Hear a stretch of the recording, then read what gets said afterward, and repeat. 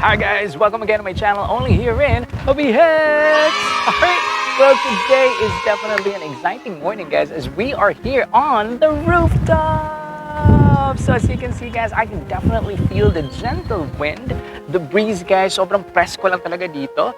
Well, medyo umaambon, pero hopefully hindi naman siya tumuloy guys.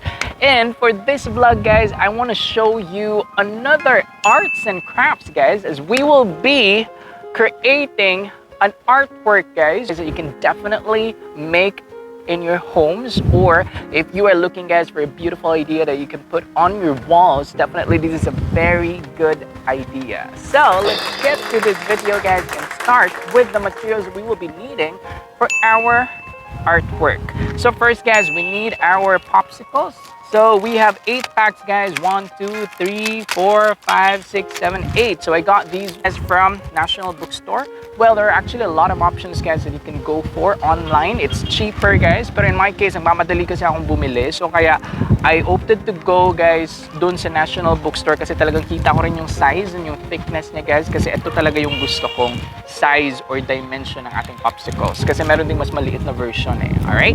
And we also need our Elmer's glue guys. So this will, ito yung gagamitin nating pandikit guys to put the sticks together to create squares later on.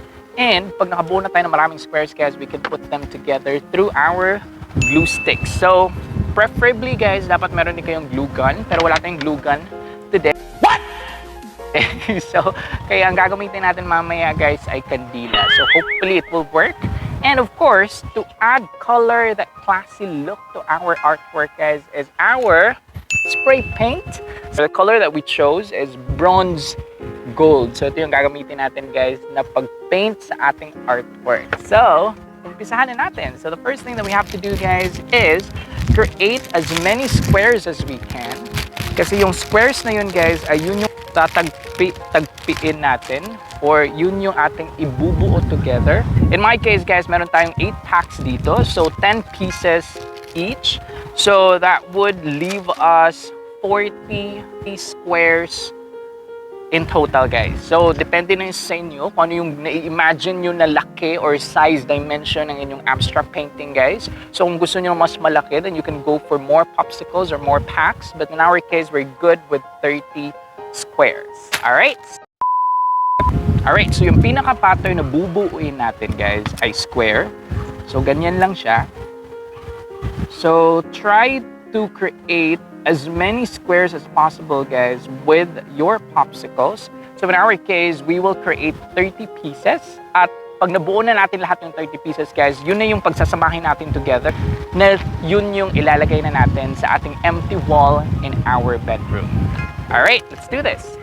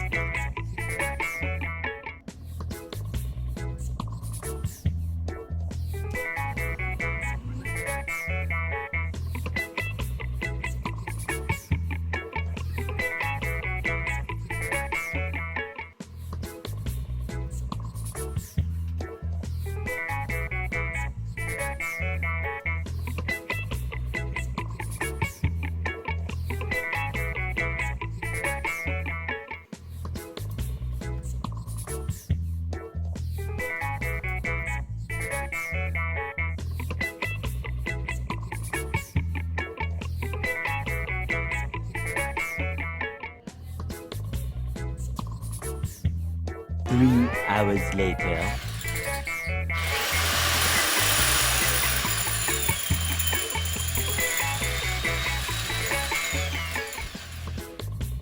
Eventually.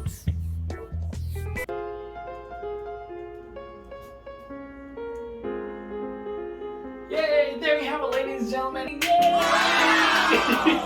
Look at this, guys. So, sobrang classy lang talaga niyang tignan at napakaganda niyang tignan, guys. It's very soothing to the eyes. Tignan niyo naman, guys, yung effect ng ating bronze gold na color, guys. Talaga namang napaka-social yung tignan.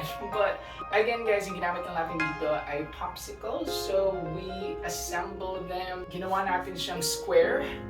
And we put all the squares together, guys, and this is the result. So, if you like this video, guys, please give it a thumbs up. And again, this is JB. Thank you so much for watching my videos, guys. If you're new to my channel, please do subscribe.